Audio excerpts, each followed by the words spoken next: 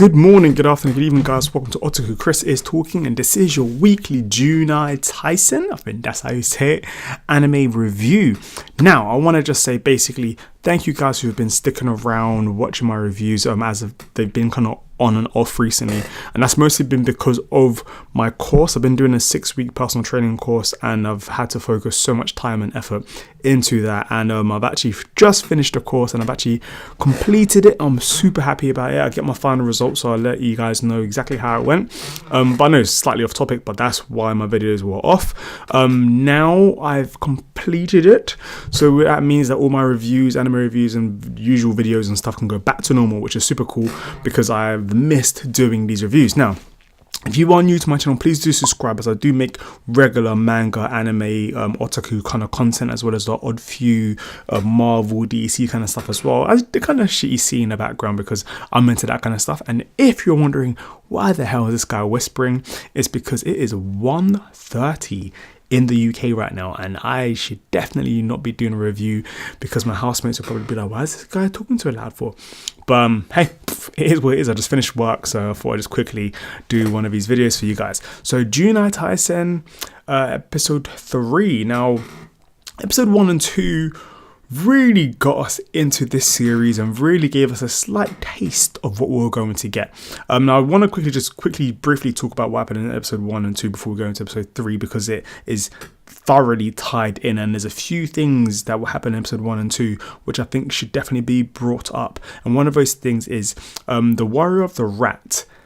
Something about him just seems slightly off. Something seems like everybody who's come across him has said pretty much, I feel like I've seen him before. Why do I feel like I know him? And along those kind of lines. And it's got me thinking, like, what is it? And one thing, the reason why I say this as well, because this series has shown us that the characters in this series will have abilities, and it's not like if they're just kind of like normal humans with sword fighting and stuff. They will have general abilities. What are your thoughts, guys? Do you think something's up? Do you think he's manipulating them somehow mentally? I mean, it's not far-fetched. I mean, for crying out loud, this girl, the chicken girl, she actually had the capabilities of seeing things through the bird's eyes, allowing her to actually be the most tactical person ever, because nobody ever knew where her eyes were, because her eyes were everywhere, apart from the sewers, which is very interesting because it's the total polar opposite, and also their personalities are totally on the opposite side as well. And this episode mostly focused on the chicken, and I figured that she was going to die purely because of the amount of freaking backstory we got with her.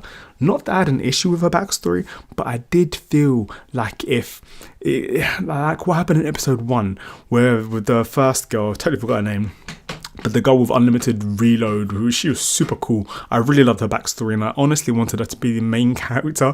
Was it the boar killing, or what was her name again? I don't know what her name was, but she was the warrior of the boar, and I thought she was super cool. I love the design, and it's a shame that she's pretty much a zombie, pretty much, and not even that, like, she got killed twice. It's episode 3 and she's died twice, and there's no coming back for her at all.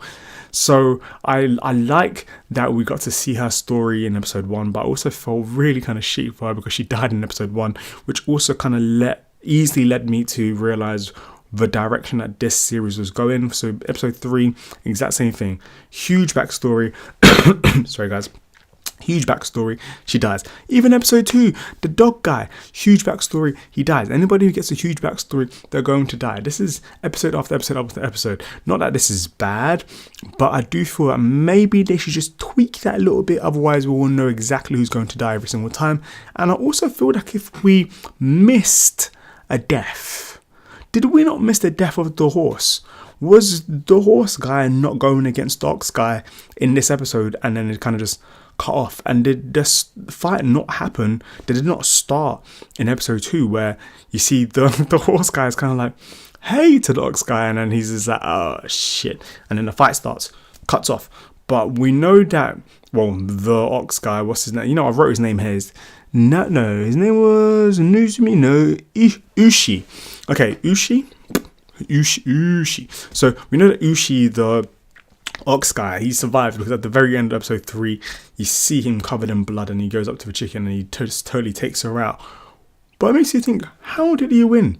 So maybe they're going to probably change the whole backstory thing and show his backstory of what happened to kind of switch up the deaths and stuff like that, because we didn't get to see Uma's death, Uma being the horse guy.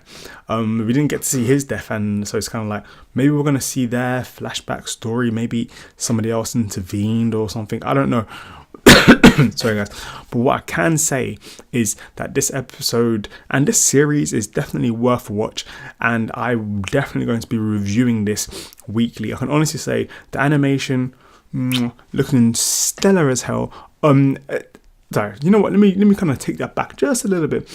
It looks amazing, but then there are times where I'm like, it's a bit jittery, just a little bit jittery, could be a little bit more fluid. I noticed this more in the fight scenes in episode 1 when the blonde girl was doing flips around. It's like the way she was moving, it looked amazing, but I do feel like it was too fast. Maybe a couple frames less, it would have made it a bit more fluid instead of making it so fast. Just what I'm thinking. I don't know, maybe I'm just overthinking it. What are your guys' thoughts on this? But episode 1 I really liked, but I kind of felt sorry for the way that she died. Episode 2 was interesting because I wasn't expecting the dog guy to die so quick, because he actually seemed kind of cool. I liked how cunning he was, and I was really interested to see what was going to be happening. And in episode 3, the chicken girl dies, and I'm like, whoa. Now, apart from the whole flashback stuff, it was quite obvious. No, let me start that again. I'm talking so much shit. That's how tired I am. It was not obvious apart from the flashback stuff. Once the flashback started happening, I was like, they're gonna die.